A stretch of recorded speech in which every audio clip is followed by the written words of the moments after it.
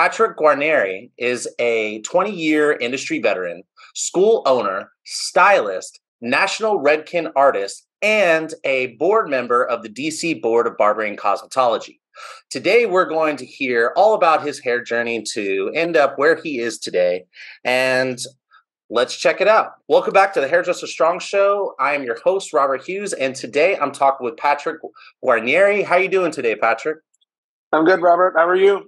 I'm good. Thank you. Thank you very much. Well, I'm excited. I feel like we've been trying to get this on the books for a while. So I'm happy we were able to finally get you on the show. So I'm super excited. Thanks for having me. And if anybody is watching, they may recognize Patrick from a couple of IG Live episodes we did regarding the Department of Education and the gainful employment stuff that's going on. And correct me if I'm wrong, but the opportunity for public comment is over, and we're waiting to hear what, I guess the Department of Education is going through all of those comments right now, and we'll hopefully get a good answer that is not going to force the closure of tons of trade schools across the country. So, yeah, we'll see. It should be coming up anytime soon. We should be hearing something from them. So maybe just sort of waiting. So maybe even before this episode is dropped. So hopefully when you're watching this, good news. All right. So let's jump right in. So Patrick, why don't you kind of start off with like why hair, but like with an emphasis on your actual journey through your career. Sure. I think that I never really intended to be a hairstylist. It was nothing that I really never wanted to do growing up, but I was living in Chicago and, just sort of quickly through that, like looking for something to make money. And I knew someone that was a hairstylist and they seemed to be like the richest person I knew at that time. So I went to hair school. I was really lucky. I started at the salon that I was at for, most of my career, right after I graduated hair school. And when I started, they had become like a Redken salon and switched over to, all Redken Purology products.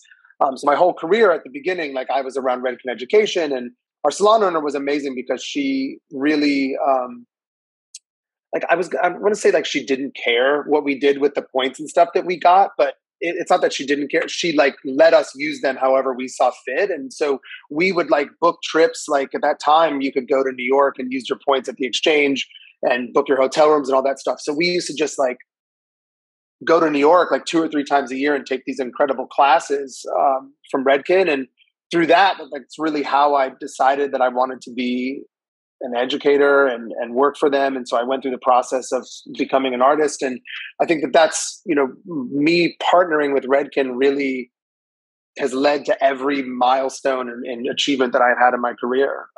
That's how the school sort of fell into our lap because the Salon Professional Academies are affiliated with Redken. They were looking for, someone to open a school in a city like DC, and through my connections and our salon connections, like they came and talked to us. And so it just really has been like working with Redken, the brand, has like sort of led me, through every stage of my career that I've had in the last 20 years, as a stylist. So nice. Okay. So I love this. The story about the salon owner letting you use the points to kind of rack up the education, and twice a year to New York. That sounds like a lot for your average stylist. I feel like maybe they'll get one trip in a year. It was like, you look back on like where you've been and what's happened and like moments that have like gotten you where you are. And like, I never would be where I am if it wasn't for like that at the beginning, because like we were allowed to do, book any education we wanted, go to any education we wanted, use the points for all that stuff that we got from like our ordering and stuff. So like, it just was like one of those things that like, I was so fortunate that she let us, we're talking like, going to classes like with Sam Villa and Justin Isaac, these like huge, Chris Bear and like Chris Sorby, huge industry players that like, and even at the time, like, we sort of didn't know how lucky we were that like we were, going to do those sort of things or having them in our salon. We didn't really get it until we started like getting more exposure to other, parts of the industry. And it was like, oh, you mean not every salon gets to go to New York and go visit the exchange, 2 or 3 times a year? So I got a question. I want to come back to this because I do have a couple of questions about like what it was like in the beginning of getting involved with Redken. Yeah.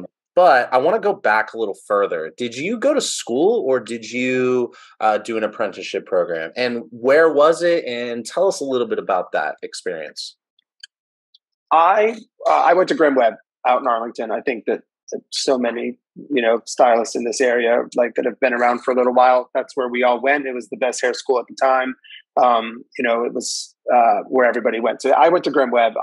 When I was living in Chicago, like I had checked out the Aveda Institute there, but they had just opened. And with the school now, I understand why. But when I went to talk to Aveda in Chicago, they were like, "Oh, we don't offer financial aid yet, so you can pay your $20,000 tuition in 2 payments of $10,000 each." And I was like, "Well, I don't think I have that kind of money." So I ended up moving home because I'm from Northern Virginia. So I moved home with my parents, and I went to Graham Webb.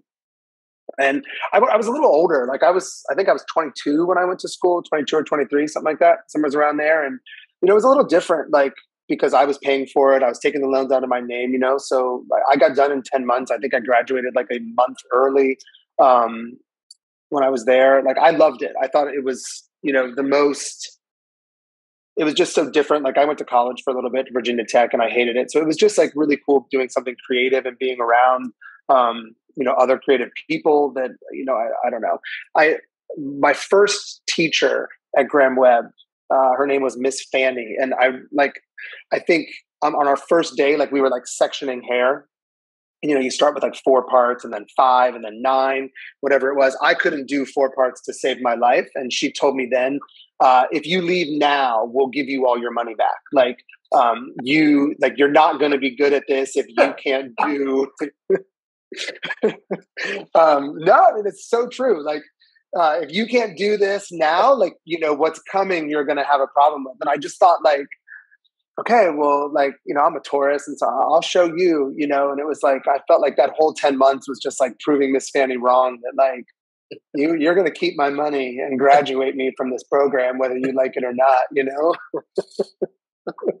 But I think that was like it was almost like out of spite that I stayed and like, was determined to finish and be, as good as I could be, at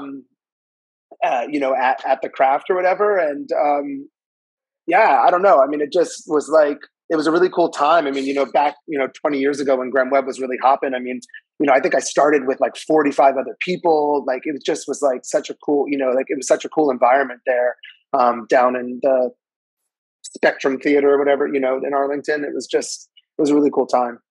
Nice. Awesome. Okay. So you went to school and then, so the salon that you were working at that, kind of gave you some freedom over the use of the points. Was that the salon you went to after getting out of school?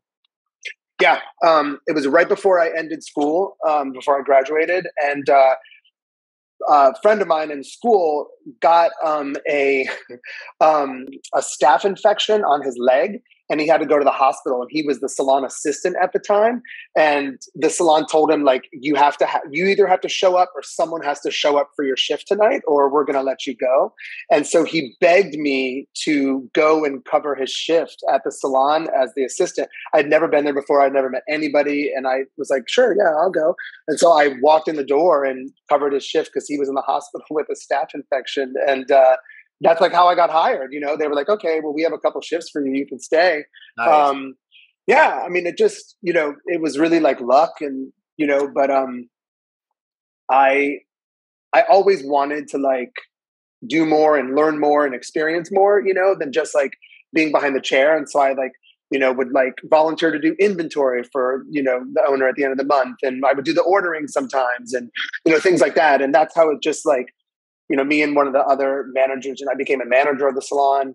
And then we really just like ran the education together and planned out, like what classes we were having. But it was like all dumb luck that all of that I got, placed in those positions because of a staph infection. That's crazy. Just to kind of do a little sidebar here about like the old school way, like the old school salon owner saying, you have a staph infection. You're going to lose your job if you don't come to work or find someone to replace you. Right. Yeah. You know, that's crazy. No, I mean, like, you know, now knowing what, you know, like being in management or like being an owner of the school and stuff, like, yeah, I mean, you know, people call out of work for far less, you know, like, oh, I don't feel, you know, I blinked hard this morning and I'm not going to work today. You know what I mean? Like, you know, it was like, but I'm in the hospital, you know? So, and who knows, like whether they would have really followed through or not, you know, like if he, you know, no one showed up. But I mean, at that time, you know, the salon was just like, it was just like, it's so busy. Like, you know, we would do like haircuts every 30 minutes, like, you know, full foils in 45 minutes. And there was no way like the salon could function without an assistant, like, you know, helping the stylists like with their schedules. So like, I get it now, you know, because at that time it was just like, I mean, you know, being here at the school, like, you know, we have students that like, oh, I did a manicure, I need a 3-hour break, you know, like I've done one service today, I got to sit down, you know. I mean, then it was just like you walked in the door and, you know, 10, 12 hours, just like right after another, we're just cranking out clients. Like it was totally different than the way I feel people operate, you know, behind the chair now. And I'm not saying that's good or bad, but, you know, just very different environment than what people are used to now. Wow, that's so crazy. Yeah, so if anybody's listening to this and they're relatively new, and I mean, I guess definitely within the last 5 years, maybe even the last 7 to 10, maybe, you probably haven't experienced this kind of stuff where the salon owner really, I mean, I feel like, I don't know that it was the intention to treat me like I was a cog in a machine and I didn't have any value as a human. I only had a value as an employee filling a certain role. I don't know that was the intention, but that was the reality. And the reality was like, you know, you didn't get all these excuses, to your point. And you either wanted the job or you didn't want the job, and if you wanted the job, you showed up. But that's probably, you know, things have changed for many reasons. One thing is for sure, it doesn't seem like those times, like where their businesses were that busy and like cranking it out, and you know. Well, I think that, and I see it here, like when salons will come in to talk to students and stuff, you know, like I think that, I don't think the owner had any bad intentions. You know, it was just like what they were used to and what, you know, she came up in, you know what I mean? And how, you know, her career as a stylist was. And so that's how, you know what I mean, she operated. And the other side of that is that like, none of us were complaining because we were making so much money at the time that like, it was like, well, I'm not, you know what I mean? Like, this is amazing, you know? And I think that I love that newer stylists, what they've done to our industry and how they've changed it. Like, I think that I wish I had more work-life balance back then when I was full-time behind the chair. I wish I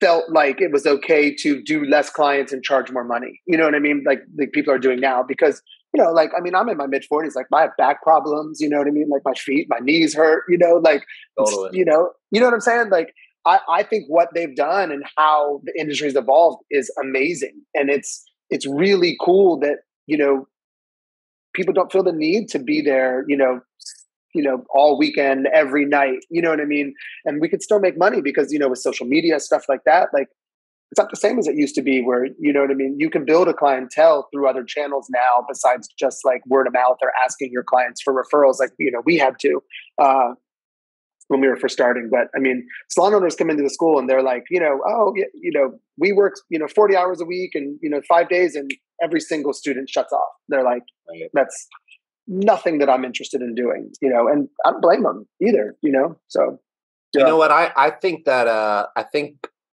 we'll see how the rest of this conversation goes, but I feel like that conversation should be the next time we talk. We should talk a lot from your vantage point, you know, getting to know like this future generation. But instead of diving into that, I want to stick with your story. Okay. So you go to school, you get a job at a salon. The salon is cranking it out. You're able to grow, get onto the floor. You're able to take take classes on a frequent basis, and you got involved with you. That's how you were introduced to Redken there. And at that point, let's talk about like what was that like getting involved with Redken, beyond being a student in their classes. Like, tell us a little bit about that, because we in our opening we mentioned that you were a national Redken artist, and so tell us a little bit about from like that point to the artist and the school, because you said it was all connected. So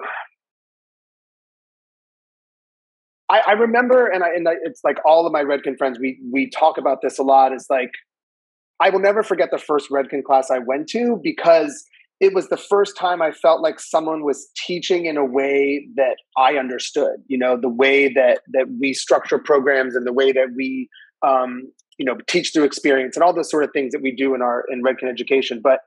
And so I just had that like moment of like, I want, coming from Miss Fanny telling me I was never going to do this, to like being there and like, wow, like, I feel like I'm getting it. I wanted to be able to like pass that on to other people and like allow them to have that same experience, Redken does applications and artist trainings every year. And so it's been about 13 years. So I was like 7 years or so in as a stylist. We had to make a packet and submit a video and submit salon numbers and all that stuff. And I think the year that, if I remember correctly, there was like 45 of us out of like over 300 applicants, somewhere around that number, that they chose. And we, 4 weeks, once a month for 4 months, we went to Tampa and we went through training of, how to put together a Redken class and how Redken teaches. And what I loved about it is that it wasn't really focused on like, how do you, like hair color knowledge or, and product knowledge, things like that. It was focused on like how to facilitate a class, like how you, do that so that your attendees get the experience that they're looking for. And so, I think I had like a pretty good run at the beginning, like the first few years, like things were great. And I was doing a lot and teaching a lot and I loved it. And then sort of like right in the middle of that, we opened the school. And so like all that Redken stuff sort of halted a little bit, because just my focus needed to be here.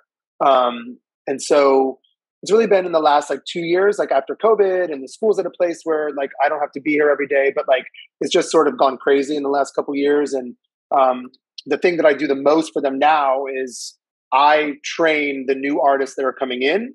And when artists want to like level jump or tier jump, I train them to from the tier 1 to the tier 2 training. So like most of the stuff I do for Redken is facilitation type training, and not like here's a balayage technique. I do that stuff too, but it's really been focused on the facilitation side, which I love, because it's like I get to be a small piece of the first step for all these new Redken artists that are coming out and going into the field and becoming part of our family. So yeah, it's been a wild ride. Like, so I got a question. Just to get a little bit of clarity on something, because you were talking about this levels and the stages. First question is, how long of you working with Redken as an artist was it before you opened up the school? Let's see, the school is 7 years. So it was about like 7 years as an artist. And then, is that true? About 5 years as an artist. And then we opened the school, and then, yeah, we've been from there. So okay, summer's around there, 5 or 6 years. Okay. And then the school opened. So yeah. Okay. And right, like, then like to get to work in New York at the Exchange and facilitate classes there, you had to like apply to audition and like go sit in a room where Sam Villa, Chris Sorby, Chris Barron, like all these people are staring at you, and you had to get on stage and teach a class to them, essentially. And like I got accepted to do that, and then the school opened like right after, and so I pulled back and was like, I don't think this is really the right time for me to do that. So yeah, things like went pretty quick at the beginning, and then the school like sort of put a pause on all of it, because this has been a lot of attention, for the last few years that the school's been open. So if someone wanted to be, I think I love this. I love your story. I mean, it's It's dynamic, multifaceted, and it definitely seems like there's some little lessons in there for anybody who's getting their career started. But like, what about the person who wants to become a Redken educator? Or a brand educator in general, do you, as we kind of wrap this up, do you have any words of advice that you would give to that person who's listening or watching this right now? Um, yeah, I mean, I think that, you know, people ask me all the time, like, why Redken, and again, I think that tons of companies have great products, like, is there great hair color everywhere? Sure. You know what I mean? Redken for me was the place that felt the most like home and where like the education really spoke to me. And so, on my Instagram, there's a link in my link tree where there's like a artist application there that you can go and fill out. Like, we're starting again next year. We usually do like 2 inductions each year. But I just think that like if you want to become a brand educator or you want to educate, like you got to really spend some time finding the brand that aligns most with your core values, And like, what about like, because really like every time I go out, like I'm representing the brand and, you know, my reputation as a stylist too, of like, being in front of a salon saying like, I believe in these products, I believe in what we're doing, So like, I guess my biggest advice would just be like finding a brand that like speaks to your core values and aligns with those. And what is it that they're offering you and their sort of platform that you feel like you're going to get that you maybe aren't getting behind the chair, like I love being behind the chair and taking clients and but I knew I didn't want to do that full time for the rest of my career, And so this was a chance for me because I saw a path to many different avenues and things to do, so.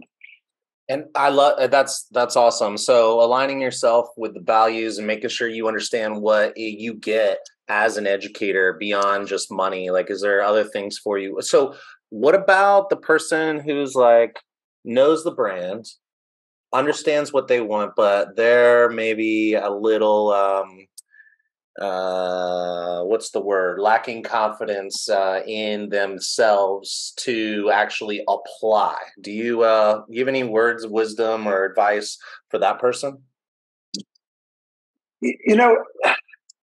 Every time we get a new group together that comes in and then goes through induction, like everyone shows up thinking like they're all trying to figure out like who the artist, induction team wants them to be so that they can be successful. You know what I mean? And the truth is like, all we're looking for is to give you the tools to like be as much of yourself comfortably as possible and go and deliver information to people, And so I think that like, you have to understand that like, and then that goes across many, you know what I mean? I have friends that work for all different, manufacturers and product companies. It's like, you have to really rely on the passion to want to teach, because at the beginning you can't get in it for the money because you're not making that much money as an educator at the beginning, So it's like the passion to teach and like give knowledge and give back has to be what drives you forward. And at Redken, like we always say, like our education is 100% learner focused. And that means that when I walk into a classroom, it's not about me, it's about all the educators there. And so if I really like come from that place of like, I'm here for the learners and the attendees, I don't really have time to be nervous or to worry about that or my confidence because I'm so focused on giving them what they need that, you know what I mean? I've taken myself totally out of the equation. I'm not there to prove anything about me. I'm just here to give them, help them, learn and live their best lives, like we like to say at Redken. So you got to like find out what's driving your need to educate and focus on that instead of like being, like in front of people, does that make sense? Yeah, like instead of trying to fit into a mold, kind of make sure you understand who you are as a stylist and who you want to be as an educator before you apply, basically. Yeah, I mean, we do a lot of work. Like, I don't know if you like Blair Singer, if you've heard of him. Like, he does a lot of work with stylists, and his first sort of big book was called Little Voice Mastery, and it was one of the best books I've ever read in my entire life. Just about like sort of quieting that little voice down in your mind and like doing some work on that. But this isn't about us when we go educate and teach. It's about the people we're serving in that role. Nice. And so that's for brand education. What about like somebody who is thinking about opening up a school. Do you have any advice for them? Don't. I knew you were going to ask me that. It's funny. Like, people walk in the door. I'm at the school now. People walk in the doors all the time, and they're like, "Yeah, I've been thinking about opening a school." Like, I'll jokingly be like, "Here, you want this one? Like, take it." You know what I mean? Like, I have one for you. Owning a school it's like the hardest, most fulfilling thing I've ever done in my life. Like, it's like so awful some days, but it's so great, when we opened this school, like, we naively thought that, like, and how I was sort of convinced to do it, because I wasn't really that on board at the beginning, but was that, like, I was going to get to go and just teach every day, all day. You know what I mean? Like, that's what I was going to do, is show these new stylists, like, what I've learned so far in past. And that's not what I do. And so most of the time, like, as owners, like, if you want to own a school, you have to walk into it understanding that you are going to be the, like, disciplinarian or the boss or the, you know what I mean? You're not there I get to educate sometimes, but, it's a tough business because there's so many factors working against us, whatever. But, my best advice, if you want to go open a school, is to go spend a week in a school and really, like, work with the owner there or their director and, like, get a sense and an idea of what their day-to-day is like, because it's wildly different than you can imagine. I promise. Like, it's not just, oh, we get to teach all day. You know what I mean? Dealing with parents and why their kid got sent home, for wearing the wrong dress code. It's right. Like a real administrator, a lot of those little nuanced things that we hairstylists never even think about. Right. Yeah. I mean, I could talk all day long about, like, and about regulations and boards and stuff, but it's a wildly different animal than I ever thought this was going to be. Like, it's so completely different. So, I mean, I love it, but it's a lot. So, and then what about, all right. So any last? I feel like your story is kind of starts off. I went to school. I got a job at a salon, and you landed a salon that gave you the opportunity to explore education. They also gave you the opportunity. It sounds like it was a pretty busy salon, so it sounds like they were able to help you line your pockets and set up, money for the future investments, which ended up, being a school, which is what you're doing now. And so is there any last words as we sign off to anybody listening to this who may be interested in any of the angles or dynamics that you like? Is there some sort of common thread through your journey that you feel like is responsible for you being able to get to where you are? The most common thread is education. And I tell stylists that all the time, is that, education is like one of the only things in life that people can't take away from you. And I really dedicated myself, yes, I was so lucky to be in the position that we were in, but, it was all the education and all the classes that I took and just really exposing myself to, and all different types of our industry. And so to me, it would be education. Like, you will never go wrong educating yourself, and you never know what door that class is going to lead to next and what it's going to open for you, because it's that one theme that's gotten, me everywhere everything I've accomplished in my career. Awesome. Cool. Well, thank you so much for taking the time to sharing your story today. I definitely want to have you back on, and maybe the next conversation we'll talk about, what from your vantage point. I'd love to hear you talk about what you see in the future, and especially, like, we didn't even really talk about the board of cosmetology. So maybe we could work that in there too. But for now, I think this is a good place to wrap it up. So thank you so much for coming on the show. My pleasure. Thanks for having me. All right. See ya.